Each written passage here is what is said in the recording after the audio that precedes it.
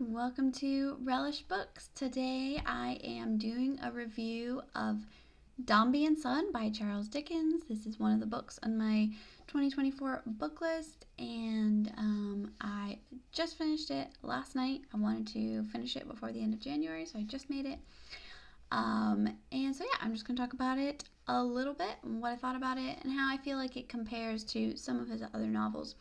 So this was published the first in installments. The first one coming out January 1st of 1848.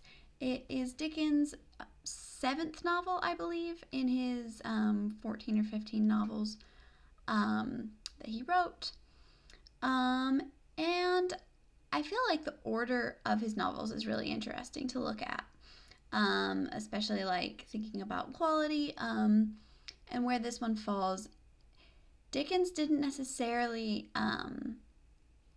improve in every way as he progressed, because some of his greatest work, I feel like, comes early on, and then some of his greatest work comes later on, with like Our Mutual Friend being his last completed novel and definitely one of his best. But then like Bleak House came earlier, which I also think is one of his better ones. And like Hard Times, which I feel like is his weakest, also came way later. So even though you can definitely see him grow as a writer over the course of his career, it's still just interesting that he's pretty consistent. You can definitely see some things change after the Pickwick Papers, where he was really kind of trying to find his way through how to do plot. And then after that, pretty much though, his style is consistent, and it really just depends on his story and his characters as far as how the novels are ranked, because his writing stays very consistent through all of his books. So I really enjoyed Dombey and Son. A large part of it, was just that I felt very excited to be back in a Dickens novel. I was really, honestly, just really enjoying the writing more than anything else, and just his style, all his quirks, all his indulgences, you could say, in not worrying about just taking up pages with totally unimportant stuff that doesn't progress anything other than his own particular sense of humor. I just think it's fun.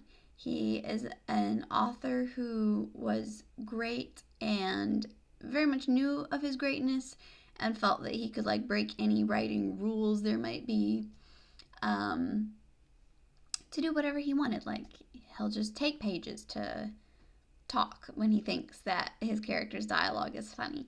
And the thing is, it is funny, but to me, it's partly funny because it's not as funny as I can tell that he thinks it is writing it. But a lot of the time his humor is very clever. It's mostly through dialogue, the way characters talk, the way they express themselves, and the way that they misunderstand things. His grasp of language is so incredible. A lot of the humor is based on language.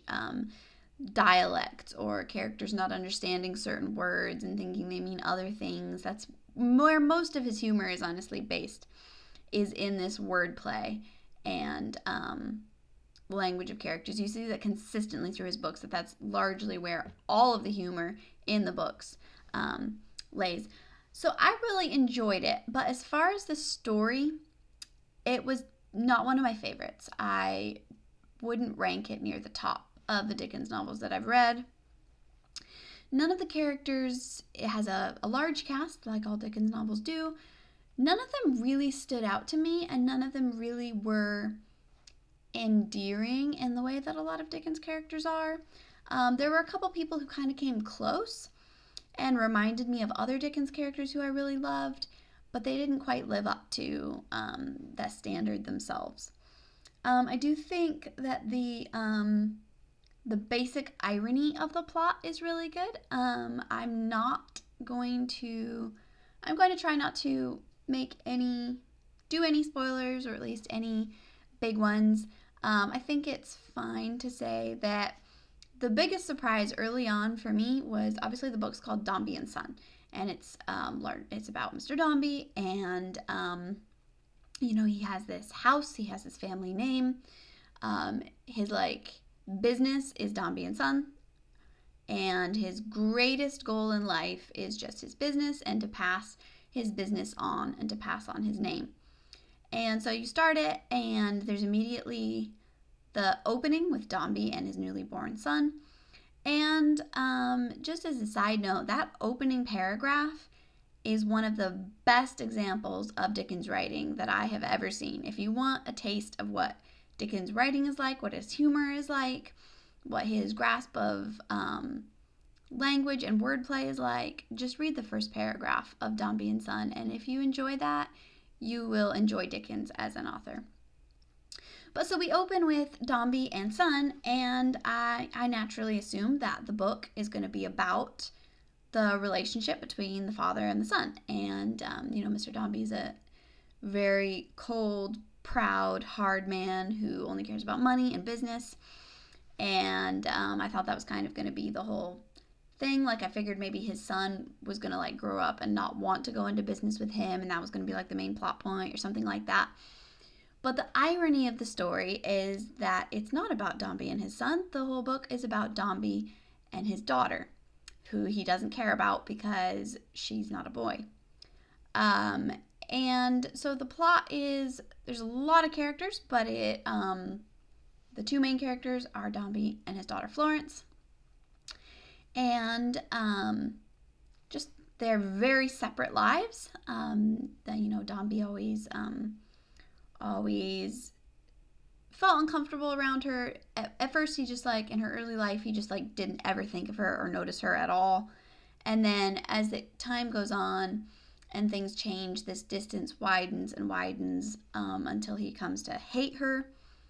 And the whole time she is just, basically dying for lack of love, and thinks it's her fault that he doesn't love her, and is wanting the entire book to try to reach him, to try to win his love.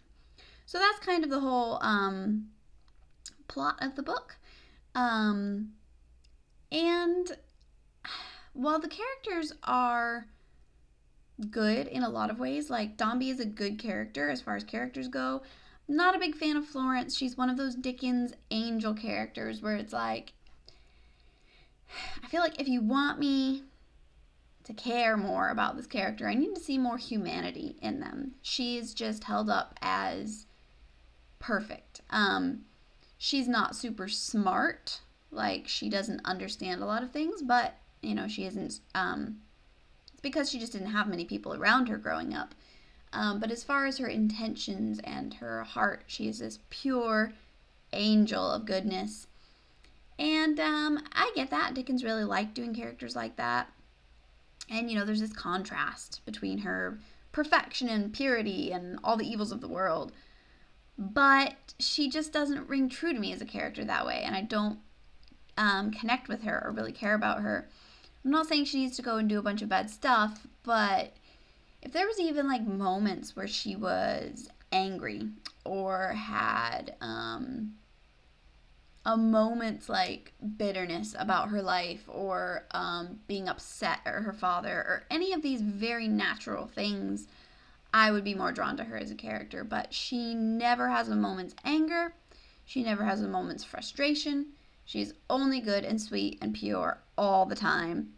I mean, she cries a lot, but she's a very sad life. But she's only good all the time. And it's yes, I get it. She's a good person, but it just doesn't ring true. She's this ideal. I feel Dickens had a hard time not just making people into these ideals that aren't really like real people, and so we can't really connect with them. So I didn't really connect with Florence. I didn't really dislike her. Some Dickens characters that he does like that, these angel types, I really dislike. I didn't dislike her. She just didn't have any substance for me. No substance and no real sympathy, because you're supposed to sympathize with her so strongly.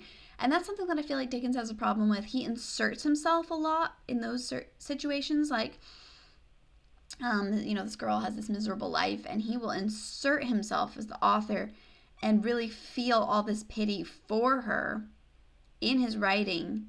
And it really takes away from the reader feeling that.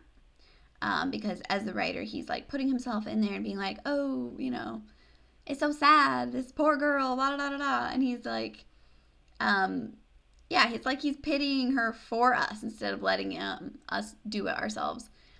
So I don't like that, and I feel like that is kind of a flaw in his writing. I feel like that's something that he does not always do, but does happen sometimes where he really puts himself in and kind of shoves the reader out, I feel like. So that's a problem I have with it. As far as the other characters,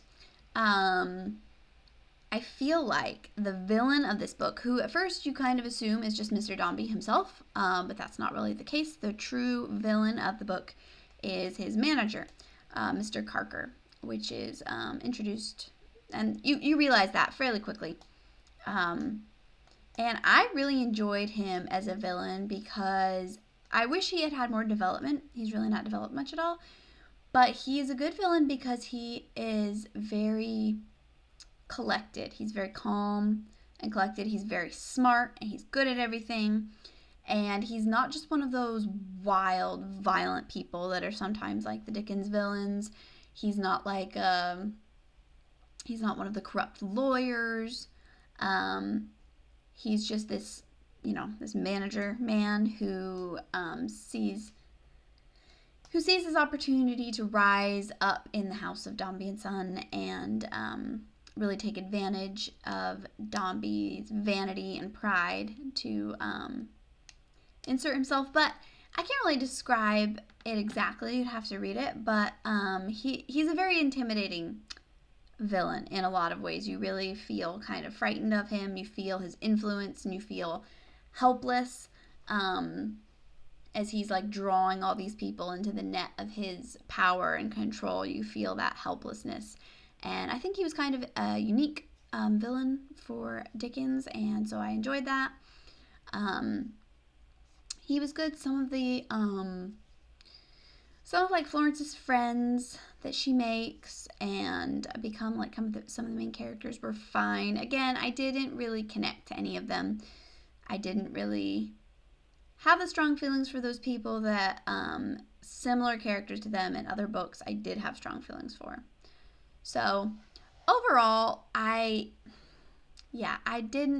not one of my favorites. Again, I enjoyed it. It was really fun. I had a good time reading it.